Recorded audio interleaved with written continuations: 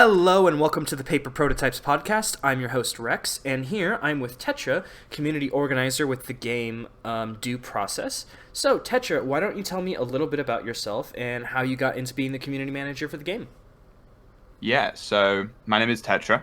I'm the community manager for Due Process, and I originally started out in the community, and I was a player like anyone else, and I sort of had a little thing. I used to do things called runouts. So in our game, rather than in say Six Siege, where you'd have like a timer of when you leave the building, you have a timer and then you're exposed.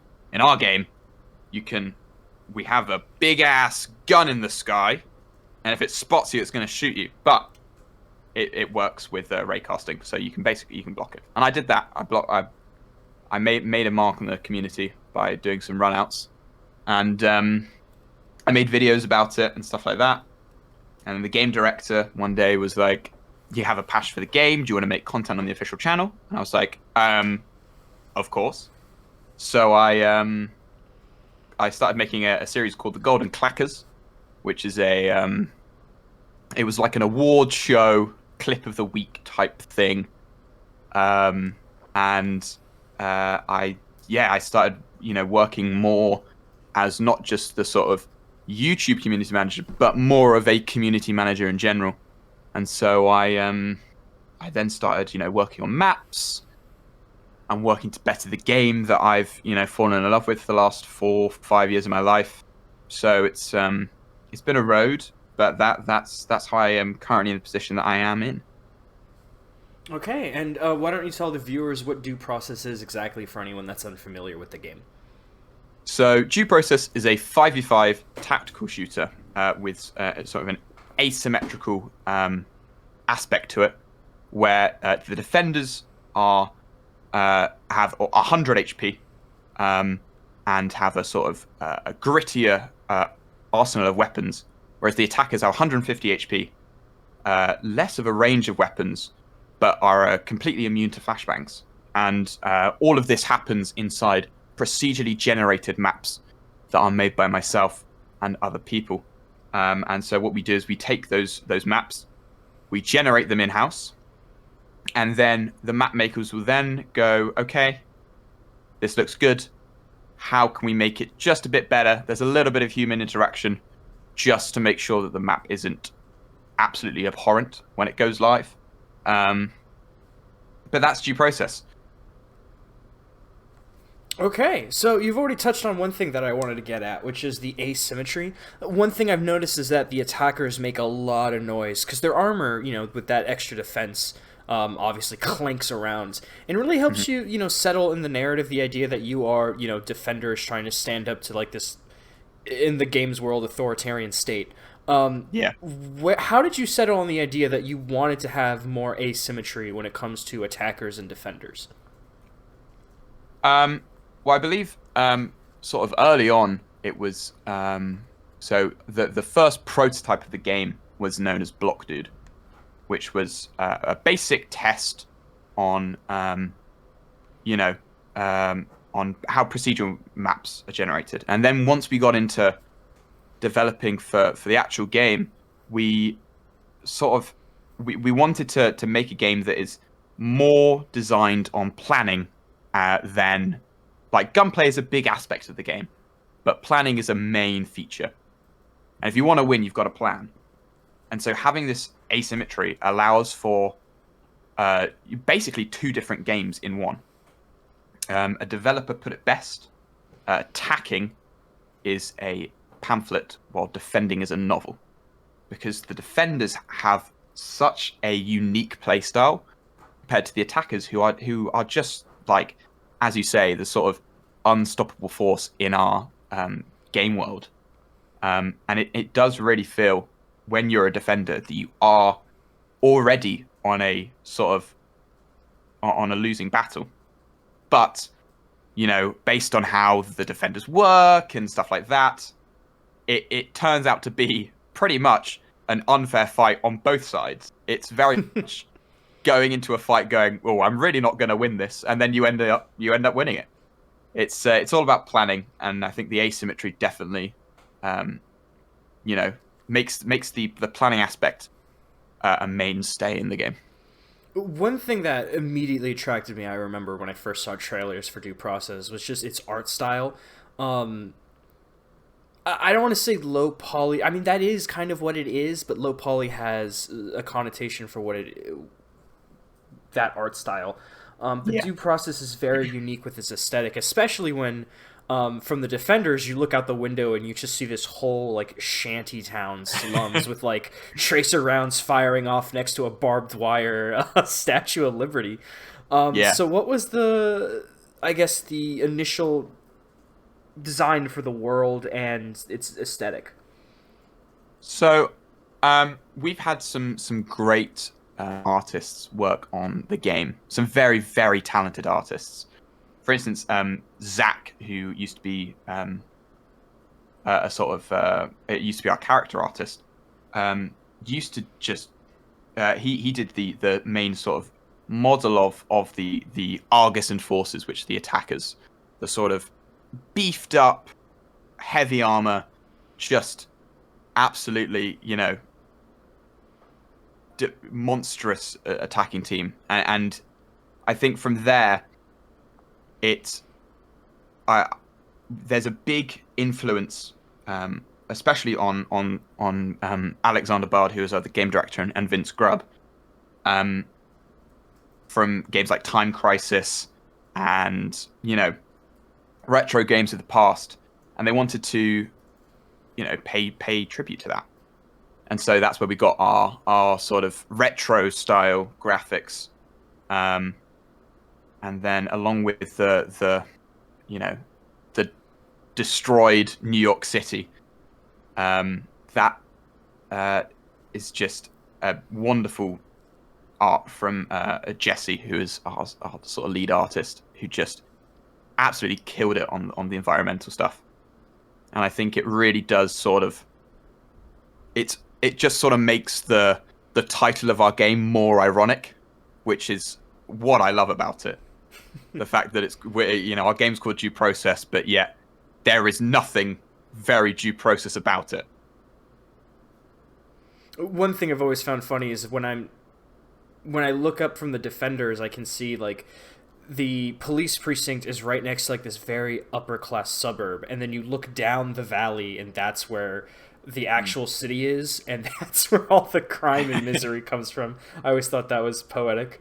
Yeah. Another thing I found interesting was that it's attackers and defenders. Was that just um, like an offhand decision, or was that a deliberate narrative reasons why you didn't say like terrorist or police or any other named uniforms for the team? We originally the Argus enforcers were blue. If you go all the way back to eons ago, they were blue. But we were told, due to certain things in the media, we decided to change the color of the Argus, so we weren't, you know, we we we are attacking and defending, and there is a bomb in the game, but we wanted to stay back from certain political stances. Gotcha. Okay. And then you had mentioned the other thing that's really unique about Due Process is that every map is randomly generated. It has themes, so there are things that you will see. So the convenience store is going to have shutters in the fridge, as much as I hate that fucking section. Um, so what was the inspiration as to why you wanted to have random map layouts, especially when the potential for the randomness could counteract what some people would see as like a very competitive game? Hmm. A lot of people have said, why go procedural? Because things like CS, you've got a learning curve on learning the gunplay, and then you've also got a learning curve on learning the maps. But in Due Process, we don't say learn the maps; we say learn the tile set. So, like you're saying, C store is a tile set, the convenience store, and that has certain aspects that you won't see on other maps, like the convenience store shutters, or a freezer, or a teller area that has a bulletproof. Um, , . . 。. 。. 。. 。. 。. . 。. . 1 side of it is bulletproof, and so stuff like that is, um, you know, what adds to the planning aspect, because you've got things like learning the tile sets, and so you go into a new match basically having to draw a plan from scratch, and it can be however you want. You know, we have many ways of allowing the player to enter a building, or whatnot. So we've got on C-Store, you can blow open the C-Store shutters, or you can drop in through a skylight into an office, or you can blow up a red door exterior, or go through the green entrance that we have. All these different ways of entering a building allow for a different planning experience almost every match. And it's what makes the game, I think. And while a lot of people, look at the fact that there is no set maps and go, that's ruined it for me, because I enjoy learning, smoke lineups and whatnot. There are still smoke lineups in our game. Like we have, for instance, on bank or factory, we have high exterior walls that have windows that go into the interior. So if a skill player wants to, they can chuck flashes, smokes, frag grenades, anything they want through those windows, and it can land it inside the building. So we've still got, aspects of learning a map, so to say, but it's done via the planning. So it's all brand new, and I think the procedural aspect really adds to the planning aspect that we have for the game. So let's get into the planning. How do you know what tools that you wanted to give the players during the map phase? I know you can switch between just like an all-white mode, basically, with just striking colors, and then you can switch to actually seeing the map the way it's supposed to look, and you have like various different types of pings that you can put around the map. But also when you draw to plan on the map, that stays even going into the gameplay. What was the decision to make those choices? Yeah, we originally didn't have all of that. We call it the tray system. It allows for both defenders and attackers to drop pings on the map to show what they want to be thrown or placed when. And so we used to have to draw those as like a circle with an F in for flash. And then we basically made it more newcomer friendly, because it's very hard for a new player to go into a game and see all of this just hieroglyphics of a plan and go, yes, I know what's going on here. So the tray system helps a lot with that. And same with drawings that are sort of mid-round. It allows for players to bear themselves to the map, because they're able to follow their own drawings. There's a great clip of General Sam, who is the person that got me into this game, of him just drawing a line to send his teammate to death. And it's a very fun clip, but it shows that people use it to new players will use it to look about the place and learn what's going on. And it's a fun. I think it's cool seeing, the plan you've made, for it to be sort of tangible, makes it a lot more sort of rewarding, I want to say. There's a cool aspect of seeing your plan in the map rather than it just being an overlay. I think it's a nice feature. So giving players creative freedom is great and all until they start doing unsavory things. How do you manage the fact that your game is now going to have an incredibly high time to penis ratio, which is the time it takes for players to immediately start drawing penises or other unsavory words? Yes, it is. It's a high penis ratio. I myself have been caught myself drawing penises. But apart from anything that is sort of hate speech, we don't mind what you draw. There is a reporting system in game to report drawings, and what that will do is it will take the drawing data and it will it's quite funny actually. It directly ships it to our sort of head programmer right now, Ozzy, who will just get the straight image of what you've drawn. So he gets to sift through all of the drawing reports, and it's a long So list. he just gets a lot of penises all day. Exactly. Oh Because there's a lot boy. of people that obviously use it as a joke, and will report their friends for a funny thing. So there are just a lot of penises, and there are a lot of fuck yous and stuff like that. But don't draw any hate speech. We will ban you for that. Fair enough. It's a good rule to have in place. Uh, so we got the planning out of the way, but the second half of the game you're talking about is the gunplay. So, considering that you got so involved in this game, what was it that drew you to the game in terms of its gunplay? What is it that made you go, wow, this is satisfying to play, this has tight controls, and I want to keep going? It was a mix of sort of everything. It was the fact that there is such an array of weapons that you can have. The economy system is a big part of the game, and so it's really fun going into a game, picking up a gun and inevitably dying, and then seeing that gun forever gone. I think that's a really cool feature, and the gunplay as well. It's really easy to learn. It's not it's not as crazy as CS sort of recoil pattern learning. We've got quite an easy recoil system. So it again, and I suck at FPS shooters. So having a really easy spray pattern is just lovely. And so that again then sort of shows how planning is a necessary part, because it's really easy to shoot someone and kill them, but it's very hard to make a plan to kill someone. Did you guys ever run into maybe degenerate dominant strategies where there was an issue where a certain map would come up and players would just instantly go, okay, it's shotguns only because that's what's going to win this match?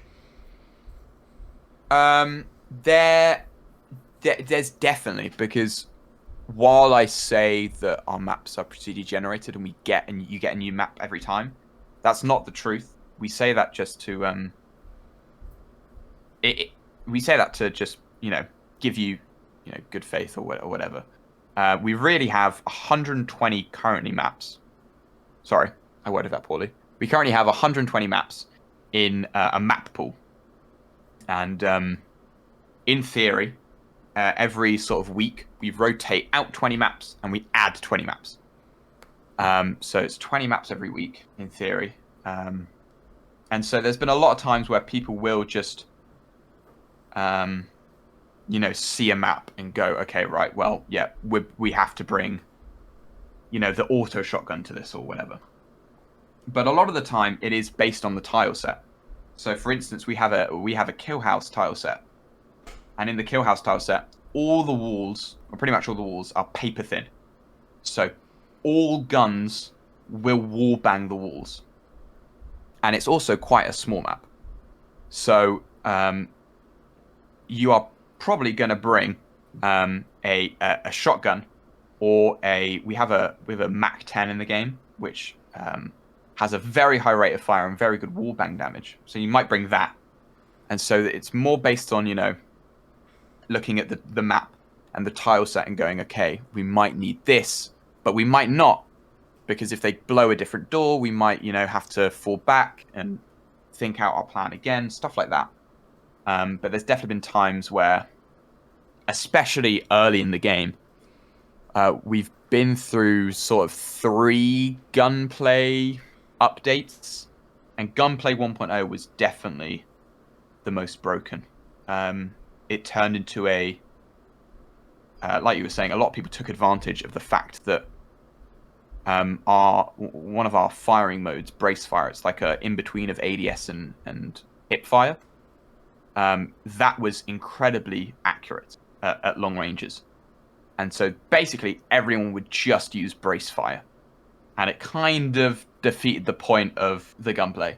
So we had to change it, but that's really the only time that the gunplay has sort of been abused, I'd like to say. And then by rotating the maps every week, no one can get like too used to something. So even if there is a Exactly. Yeah. dominant strategy, it gets phased out, and you have to re-find it. Exactly. Yeah. Okay. Um, and then there's also the limited weapon pool, being that there's only like one auto shotgun, two rifles, I think, for the defenders. Well, two of one type of rifle. I don't remember what they're called.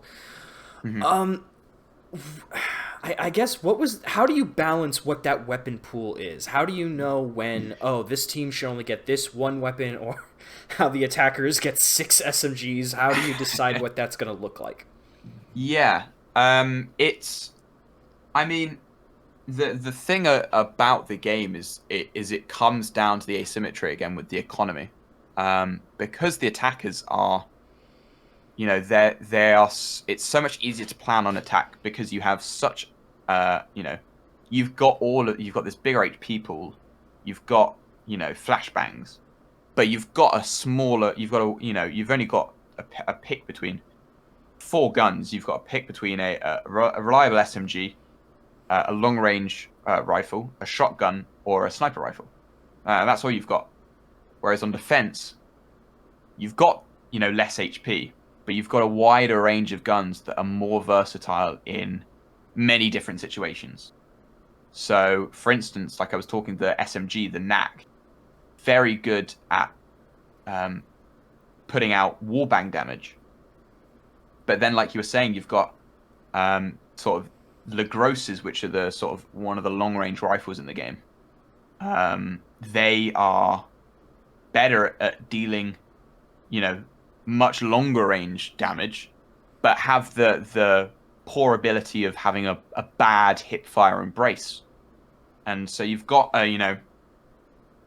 you've got so much more variety in defender weaponry that the whole it, it's it's hard to put because it's I wasn't around when the decision for the economy we have now was made, but it's in a spot that's always been sort of really good for a long time.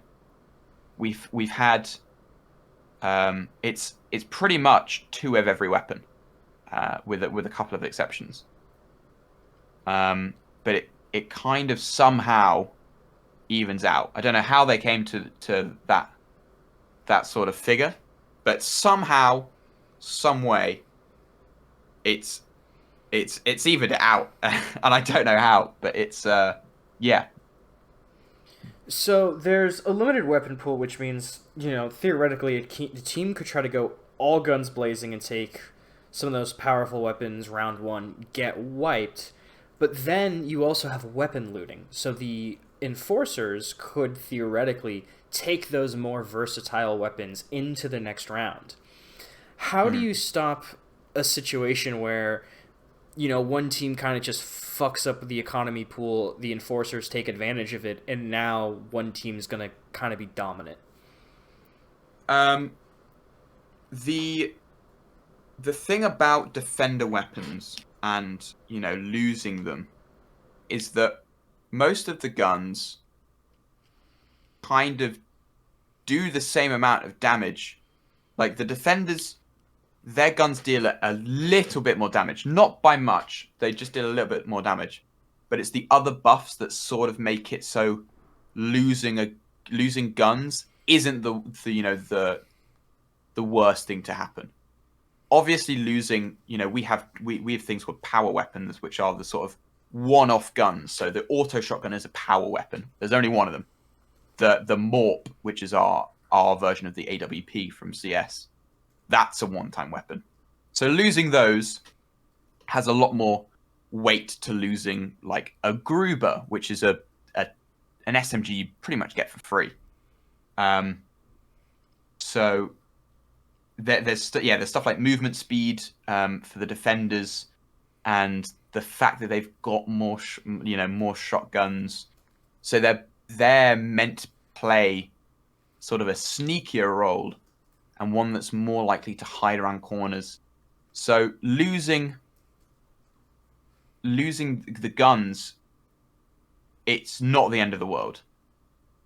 there's definitely chances to win against an Argus team full of defender weapons, because they just play so differently that the weapons in Argus's hands aren't, you know, infinitely more powerful than the weapons that they already have.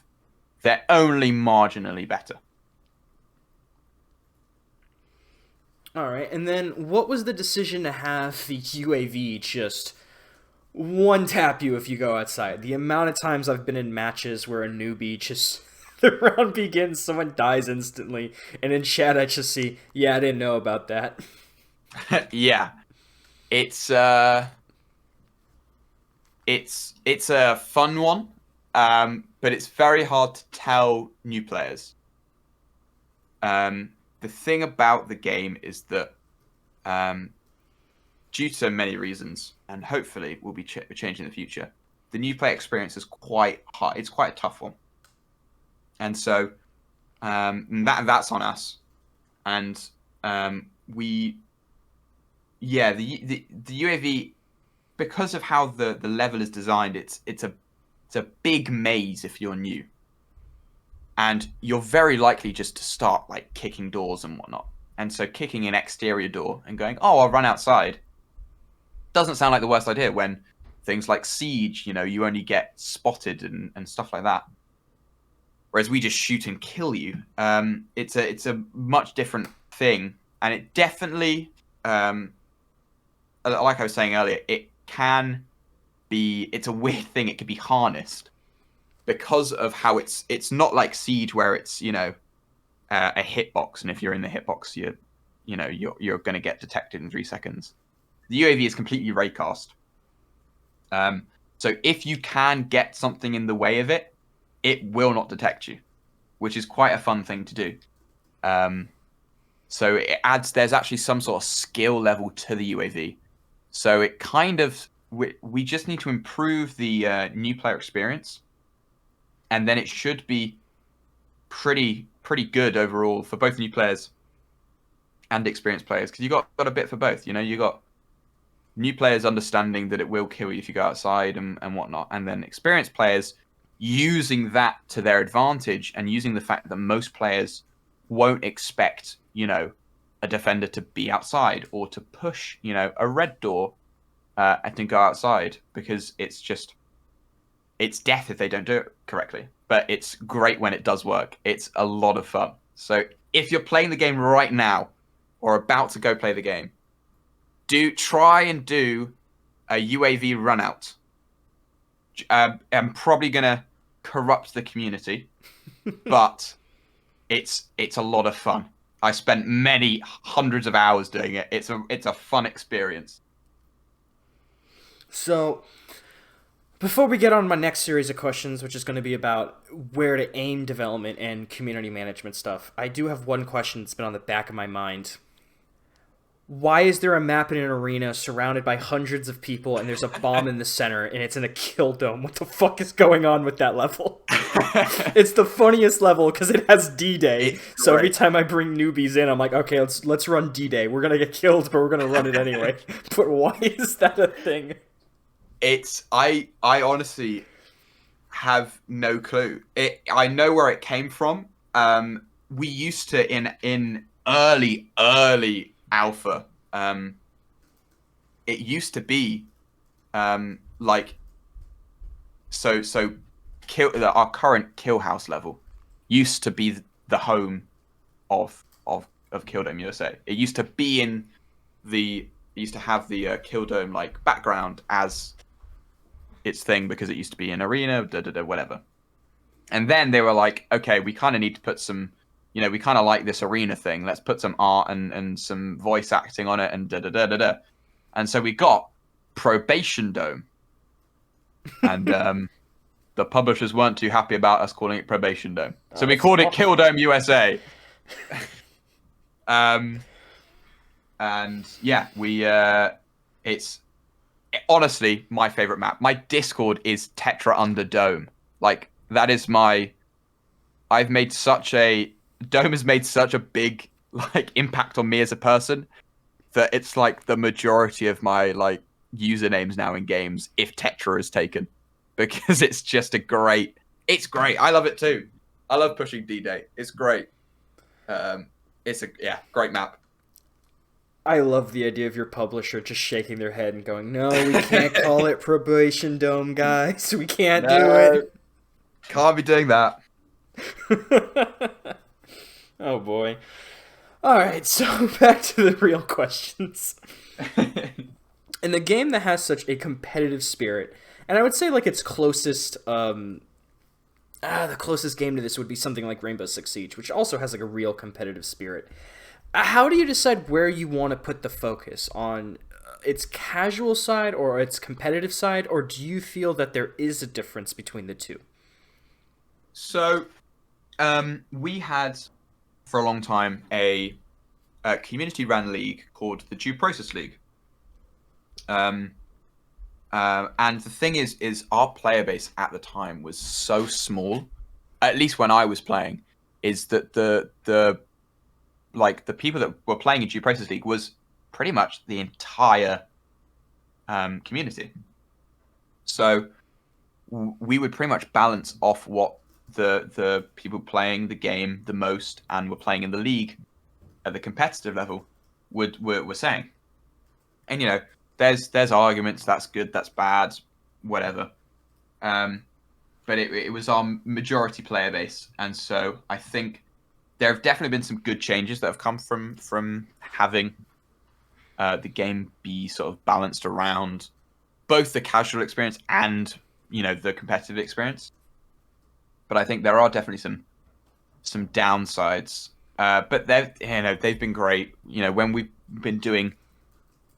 were testing the fifth tile set bank, we gave a lot of the teams sort of access to the test servers, and they could play their scrims on it and whatnot, and just so we could get a feel of what an actual competitive experience was like on it, which was quite fun. But it's definitely been a roller coaster of a competitive scene. So a barrier to entry when it comes to games that have very small communities and kind of become like niche communities is that a lot of the people who are still playing are very competitive, and just very, very good. So if an outsider steps in, they kind of get stomped into the dirt very quickly, and that presents a very high barrier of entry. How do you, as a community manager and someone who's communicating directly with the development team, aim to soften that when it comes to new people into this community? 1 second, sorry. I just swallowed something and it's just gone it just blocked my throat for a second. Sorry about that. There you go. Let me just take a note to cut this out real quick. Sorry, what was the question again? It was basically your community very small, have a lot of high skilled players. How do new people fit in with that high barrier to entry? Yeah. To be honest, at least while we were doing DPL, it was a very, very hard barrier of entry. It took, you would have to, I did it, but that is because I, instantly fell in love with the game, and that's what I play. I made it my main game. But if you want to, enter the scene right now, because the game is so inactive. Obviously, there's been an influx of people recently. There's people like Rome, they've started a league called DPR, which is Due Process Revival, which is sort of a mix of incredibly new people and massively experienced people. And I think that it works semi-well. The things that, I think I would change a bit by making... I think what he's doing is he's having a round robin, where I feel like if you want to make the barrier for entry much easier, I think you have to make it a sort of a Swiss, where you have people play, their skill level type people. But we're working ourselves as the dev team to make fingers crossed. We're making a pretty cool tournament that's coming up. Nothing set in stone yet, but we're working on it, and we hope that a lot of people will come and join the tournament, and so we get a lot of new teams. But yeah, hope a lot of people come out for that, and hopefully that will reduce the sort of barrier for entry, because we'll have a lot. I think what we'll do is, when we get the sort of amount of people that have signed up for the tournament, we'll sort of sort out the seeding itself. And I don't think we'll make it random seeding, just so we can have, newer teams play against newer teams, and veteran teams play against veteran teams. So then people at least get to play, it's not just a stomp in the first and second round until you get to the semi-finals, where it's like, then the veteran teams playing each other. So I think that's a way of reducing the barrier to entry in our competitive scene. Okay. Are there any... how do I think about this? Is there any unique challenges to managing and making a multiplayer game that a lot of other devs wouldn't consider if they were purely doing a single-player focused game? Oh, 100%. One being the fact that it's always online. Like, we get a lot of people come to the Discord and go, your game's dead. And look, we know that. But they then suggest to go free to play. And I think a lot of people don't understand the costs of going free to play as a multiplayer, like a always online multiplayer game, compared to going free to play as a single player game. Because it's such a big difference, because you have to think about server costs and, pay, and how to make, a good income based off of things. Like, currently for the dev team, that is not many people, it's 4 people currently. That is totally not feasible. And so we have to sort of, sadly push them aside and go, sorry, free to play probably will never happen, just based on, monetary stuff. But another thing as well is, like with a single player game, most single player games are obviously, apart from roguelikes, I'd say, most are story driven. And so you've got sort of patch note wise, it's very easy to just make things sort of better. Whereas I feel like in a multiplayer game, you change something and you always have one half of the community be very positive about it and be like, yeah, this is great, we love this. And then the other half are always like, this was awful, why did you do this, revert it, stuff like that. And while it's, got to the point where, it's very easy to just block some of the stuff that doesn't need to be read out. It's always hard having the mental a beta test, and you think it went well, you had good feedback, and then there's half the community going, this sucked, why did you do this, type of thing. And I think there's a lot more of a mental toll on mass multiplayer devs than single player devs, I'd say. I think back to, remember reading a post from the dev. I don't know if you've seen Project Zomboid. Yes. One of the devs was talking, and something that like shocked me was he was like, the amount of people that harass us due to how slow our updates take made me consider selling the game. He was like, I'm done, I'm burnt out with just the amount of hate I get, so I wanted to find a publisher that was willing to work with me and just ditch the game. Obviously, he didn't do that, and he said it was like a kind of like something you think of when you're in a bad mood. But it is a cost though I don't think people really realize as a dev.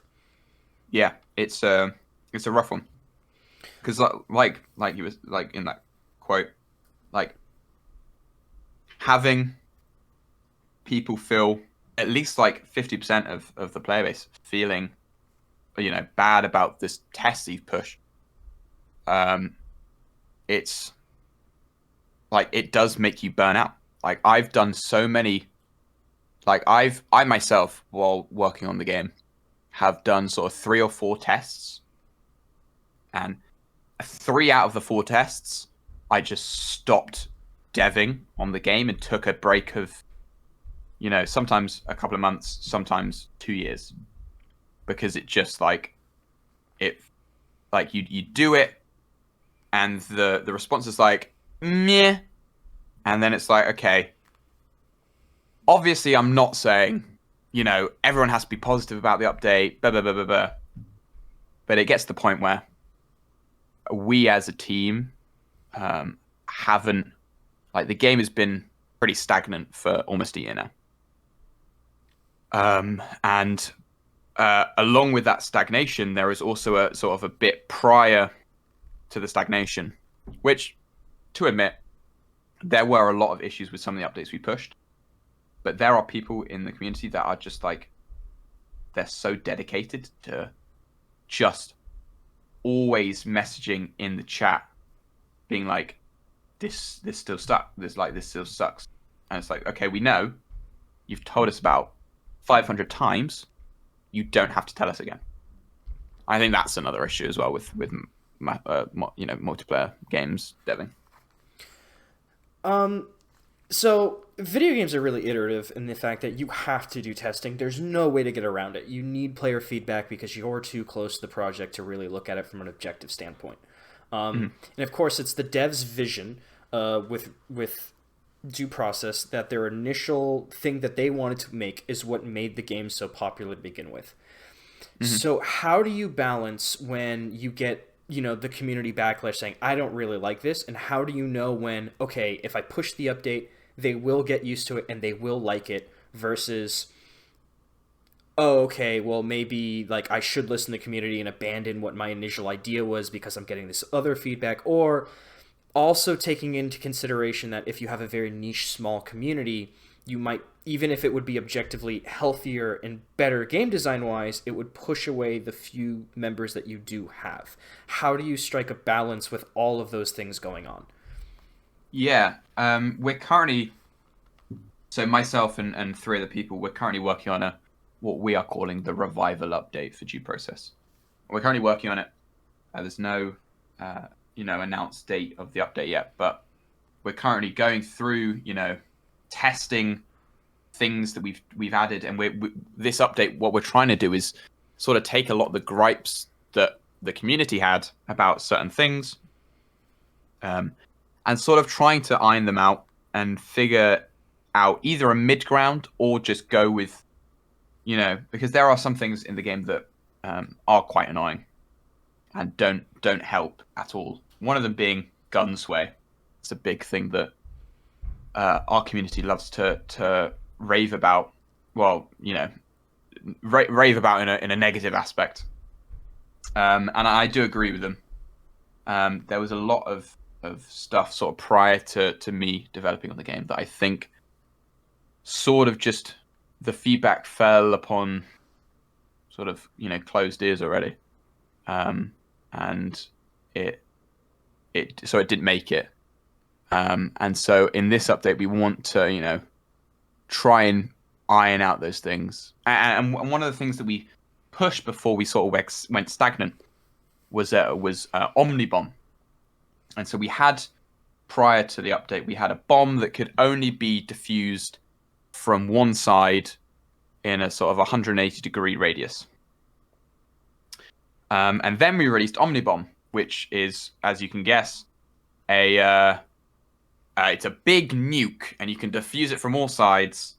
And it basically allowed for map makers to more easily place the bomb, and for planning to be more easier, because you can literally push from whichever side you want. And a lot of the community to start off with sort of really hated it, and didn't like the change. And I think they didn't like the change just because it was change. And then we, cut to now, there are a lot of people that have come to me say, I'm getting used to it now. I felt I over hated it. Now that I'm used to it, it is a good change. And so that's another thing, is the fact that with testing can only get you so far, because testing is, maybe an hour or two in a day, whereas some changes might take people to realize, what they're doing to the gameplay, or the effects they have. It would take them a week or whatever. It would take them time to learn about it. So I think testing does get you good results on small changes, but I think on big changes you have to just go right. We have to push it, because there's not enough time to test it. We'd love to give them a week of testing, but that would take up too many server costs, stuff like that. So there's definitely a balance of what you want to just push and what you want to test. I'm thinking of two examples. I remember the Darkest Dungeon team. They added a system where, like, if you killed someone, a corpse would stay in the place that the person died, and so you couldn't push people around because there was a corpse in the area. And when they Mm-hmm. pushed that update, they got tons of, like, their game dropped to mix. They got tons of, like, flack for it, and they went, no, we're gonna stick by it. We're gonna release the update. But if you go into the settings, you can toggle it off if this is a deal breaker for you. And they found through, like, the player retention, like the data they get, they found that only, like, I can't remember if it was like 1 or 10%. It was a very small amount of players actually turned off corpses, and the rest were like, I guess it wasn't that bad. But then I also think about Minecraft, and I'm mad at some of the changes, and if I talk about them, I will be here for an hour, because that game has a dev time of like 15 Oh, years now, like Jesus. yeah. So I can't go into every single update, but I mean, yeah, it's a tricky balance. Yeah, I think as well with Minecraft specifically, it's kind of like our game. A lot of people see, I even see, 1.8.9 Minecraft as like peak gaming. Like that was peak Minecraft. And I think the problem is that, I've got rose tinted glasses. I've got massive nostalgia for that.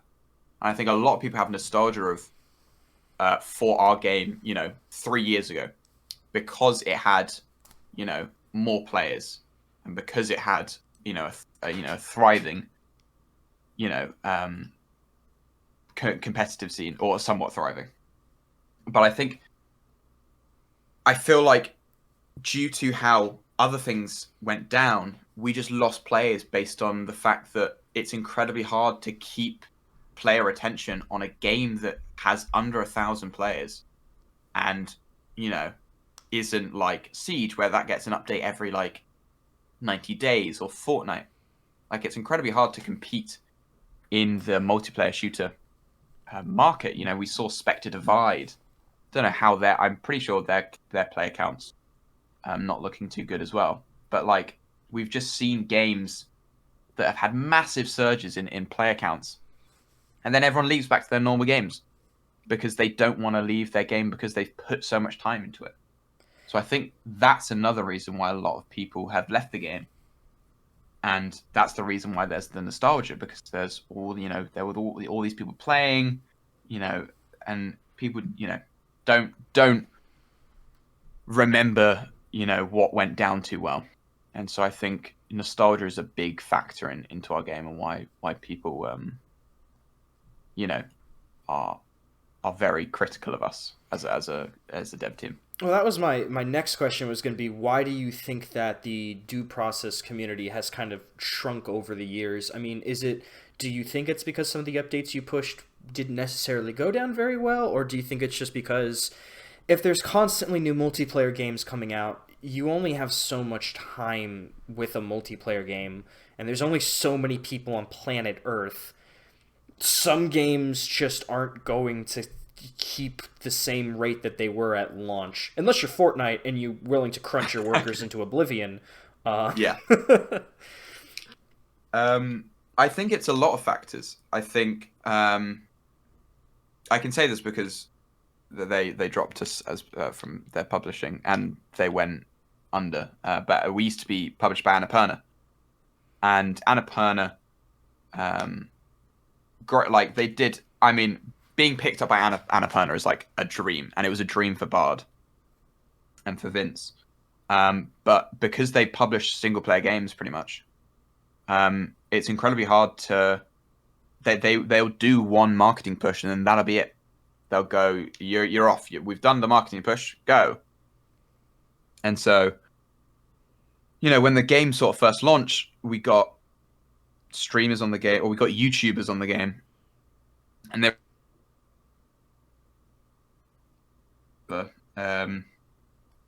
and so I think it's a mix of both the fact that there was very little marketing, and again that's on us. We could have done more marketing ourselves.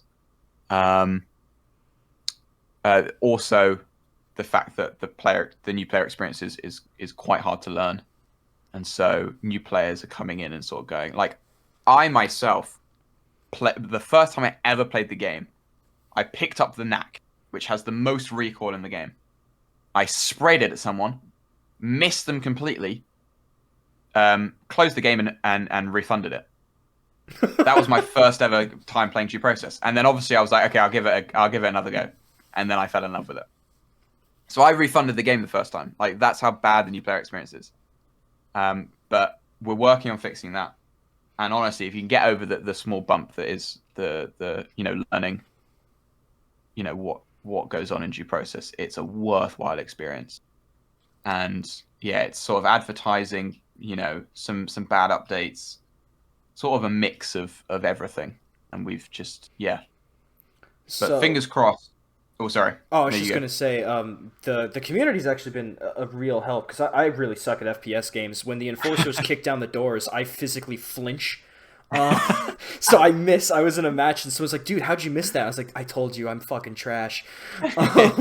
But everyone's like really chill, giving me pointers. I went like, I think 7 rounds loss, matched against the same guy, killed him once, and he's like, "Hey, you're getting better." The first, when I came back to do this interview and started like playing the game again, the first person I matched up with was actually Rome. So I've been chatting with him a little bit. So the community's been very, very nice and kind. So that was one thing I've really appreciated, because I had my friend downloaded CS:GO, and his first casual match, he like missed a shot, and someone was like, "Delete the game and kill yourself." So yeah, that's it. very CS. Yeah. But I think with a small community, people are more likely to be like, "Hey, it's just nice to have fresh blood," Exactly. So it's been a sweet experience about playing Due Process again. Yeah, our community is definitely, while that the reason why they come at us over updates is because they're so passionate about the game. They want to see it thrive themselves, and I do too. I wouldn't be here if I didn't want to see it thrive. So we, very friendly community. We're happy to let new people in. We currently have I run a Discord server called Due Process 10s, which is where most of the games go down. It's pretty much just, there's a bot, you click queue, and then once 10 people have queued up, you hop into a ranked game. And there's been a lot of new faces in there, and I myself go by the rule of, there's no game limit on what this is. We had someone show up with 0 games. Their first game was a ranked game against like experienced players. Oh, Christ on a bike. And so I basically had to just teach him the game. But I was fine with that, and he was fine with that, and it was fun. So new players are definitely welcome in the community. And yeah, hopefully with this sort of the revival update and a mix of trying to do as much marketing as I can do on a free budget and stuff like that, that we'll get some sort of traction again, and we'll see how it goes. But fingers crossed, there are some good things in the horizon for Due Process. Oh, that was my next question was actually going to be, what is up next for Due Process? What are some, big changes that you're planning to bring to the game, or just events that you're planning? So, we're doing a big patch. We're calling it the Revival Update. It's going to come with, we've basically taken pretty much what was,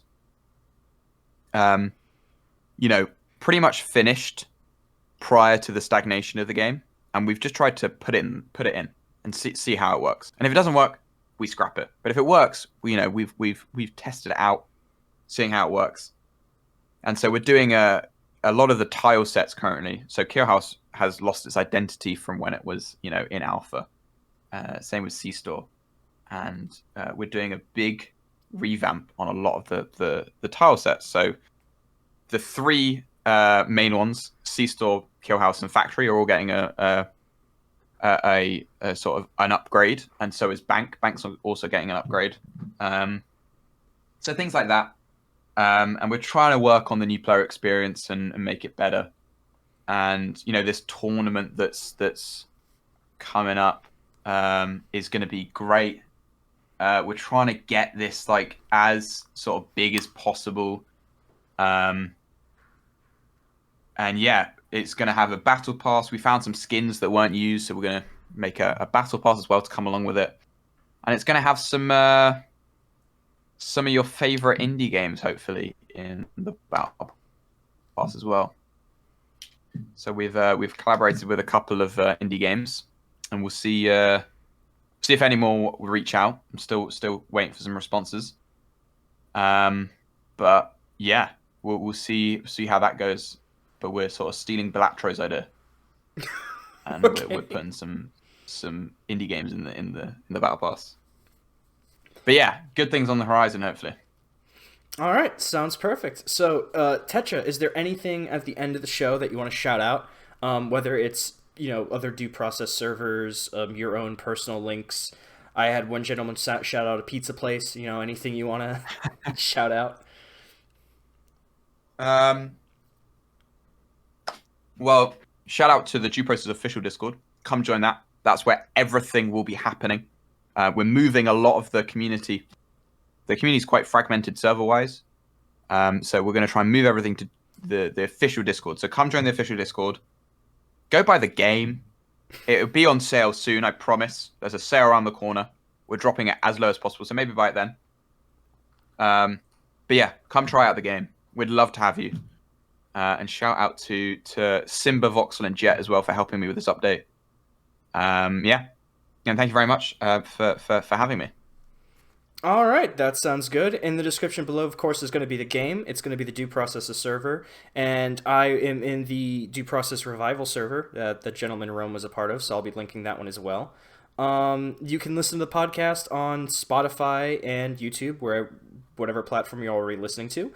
I'll have my Linktree where my Blue Sky and Twitter will be if you want to give me a shout. And, of course, in the Linktree will also be a Ko-Fi. Any donations go towards keeping the channel alive. So, with everything in mind, I think that covers everything. Until next time, bye!